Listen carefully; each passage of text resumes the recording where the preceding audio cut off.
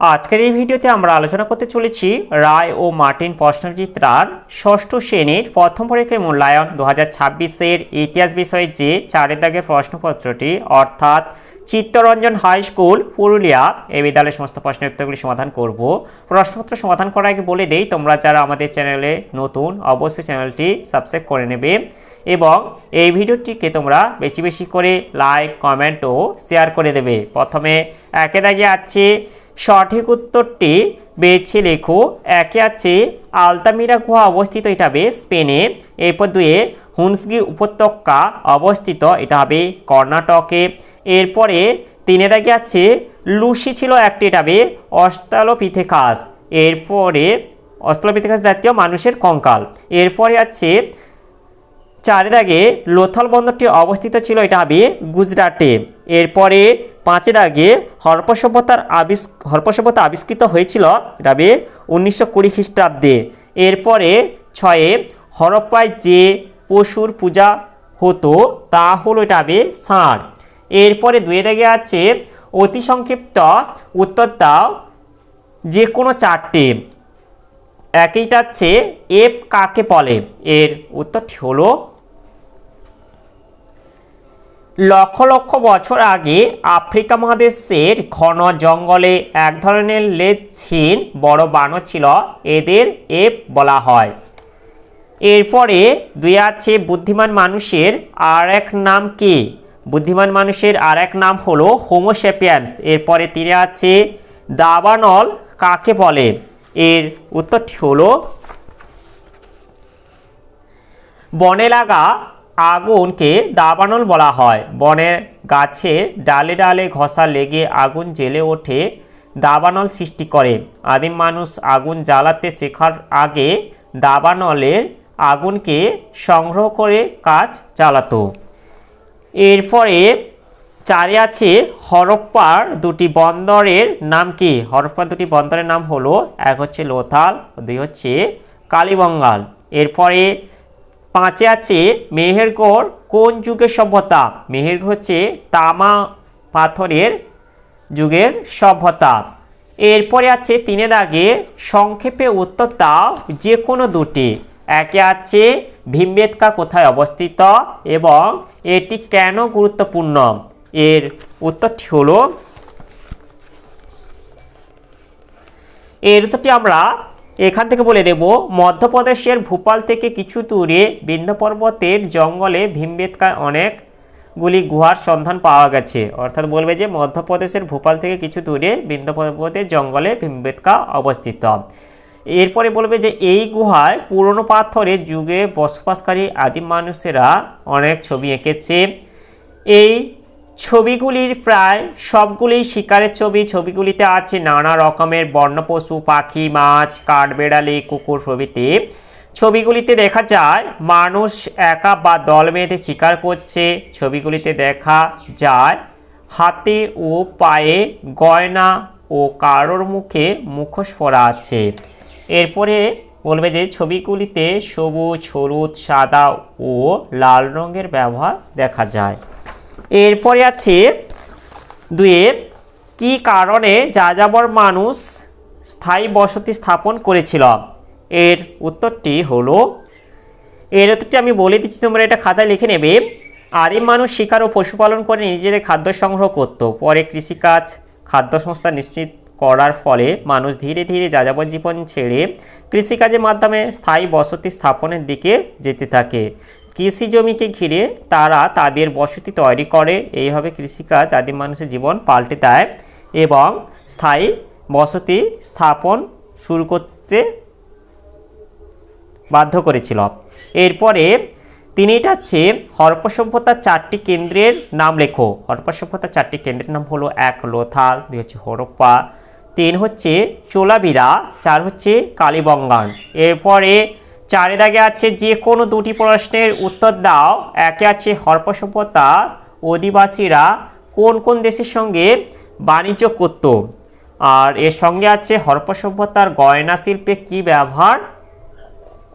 কি কি ব্যবহার হতো, এর উত্তরগুলি হলো, প্রথমে এটা আছে হরপ্পা সভ্যতার লোকেরা মেসোপটেমিয়া, ইরান ও বর্তমান তুর্কমেনিস্তানের সঙ্গে ব্যবসা বাণিজ্য করত।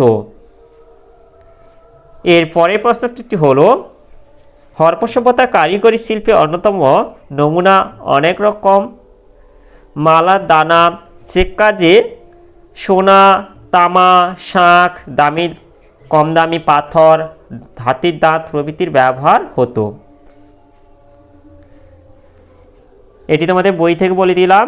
এরপর এটা হচ্ছে 2 নব্যপ্রস্তর যুগে মানুষের জীবনযাত্রা কেমন ছিল। এর উত্তরটি হলো নব্যপ্রস্তর অর্থাৎ তোমাদের নতুন পাথরের যুগে সূচনা প্রথমে পাথরের যুগের শেষ পর্যায়ে নতুন পাথর বা নব্যপ্রস্তর যুগ নামে পরিচিত। নতুন পাথরের যুগে আদিম মানুষের জীবনযাপনের ধারা প্রথমে একে আছে জীবিকা। ভারতীয় উপমহাদেশে নতুন পাথরের যুগে কুকুর, ভেড়া, গরু, গাধা প্রভৃতি পশুকে মানুষ পোষ মানাতে শেখে। খাদ্যের যোগান ছাড়াও গৃহপালিত পশুকে তারা যাতায়াতের কাজে ব্যবহার করতে শুরু করে। নতুন পাথরের যুগে মানুষের প্রধান জীবিকা ছিল কৃষি। 2 কৃষির সূচনা। মানুষ নতুন পাথরের যুগে বসতিস্থলের পাশে বীজ বা গাছের শিকড় পোতা শুরু হয়। এইভাবে কৃষির সূচনা ঘটে। কৃষিকাজ শুরু হওয়ার নতুন পাথরের যুগে মানুষ নিজেদের খাদ্য নিজেরা উৎপাদন করতে শুরু করে। কৃষিকাজ খাদ্যের যোগানকে সুনিশ্চিত করে এবং মানুষ স্থায়ীভাবে বসতি স্থাপন করতে শুরু করে। তাই সবাইকে খাদ্য সংস্থানের জন্য চাষ করতে হতো না। এরপর 3 হচ্ছে হাতিয়ার।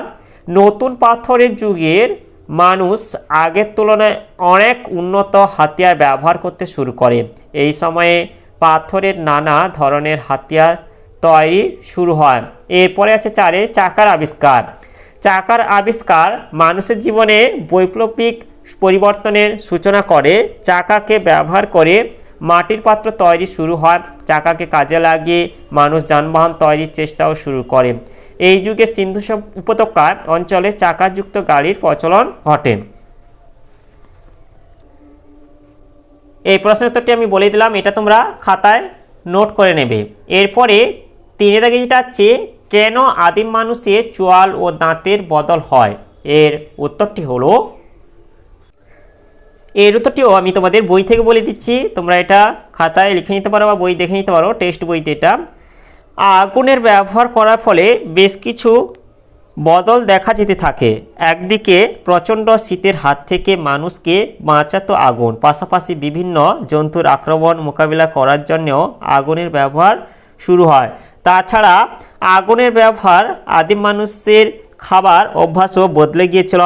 এ সময় কাঁচা খাওয়ার বদলে খাবার আগুনে ঝলসে খাওয়া শুরু হয়।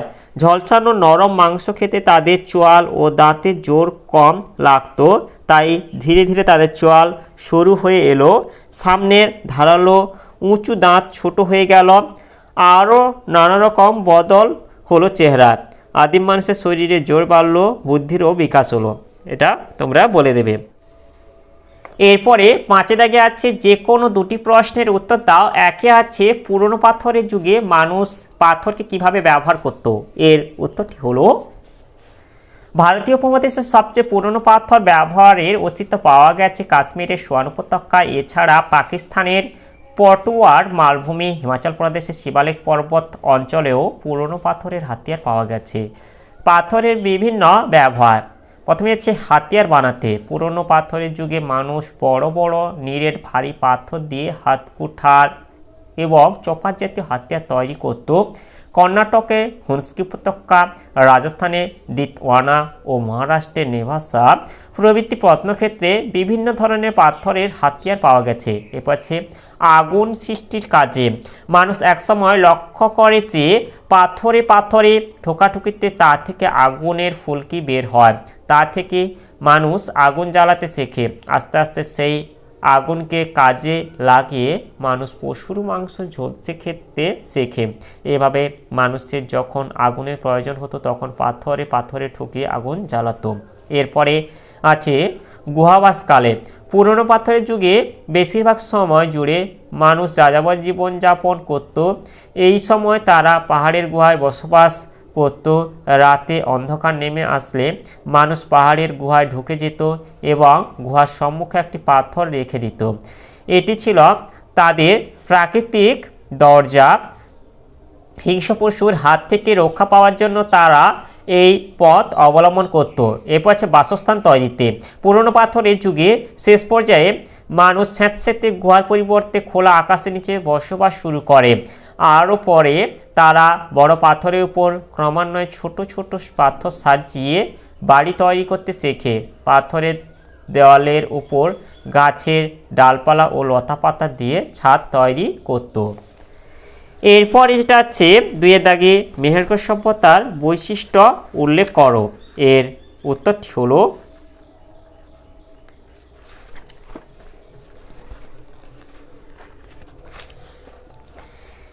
মেহেরগড় সভ্যতার বৈশিষ্ট্য।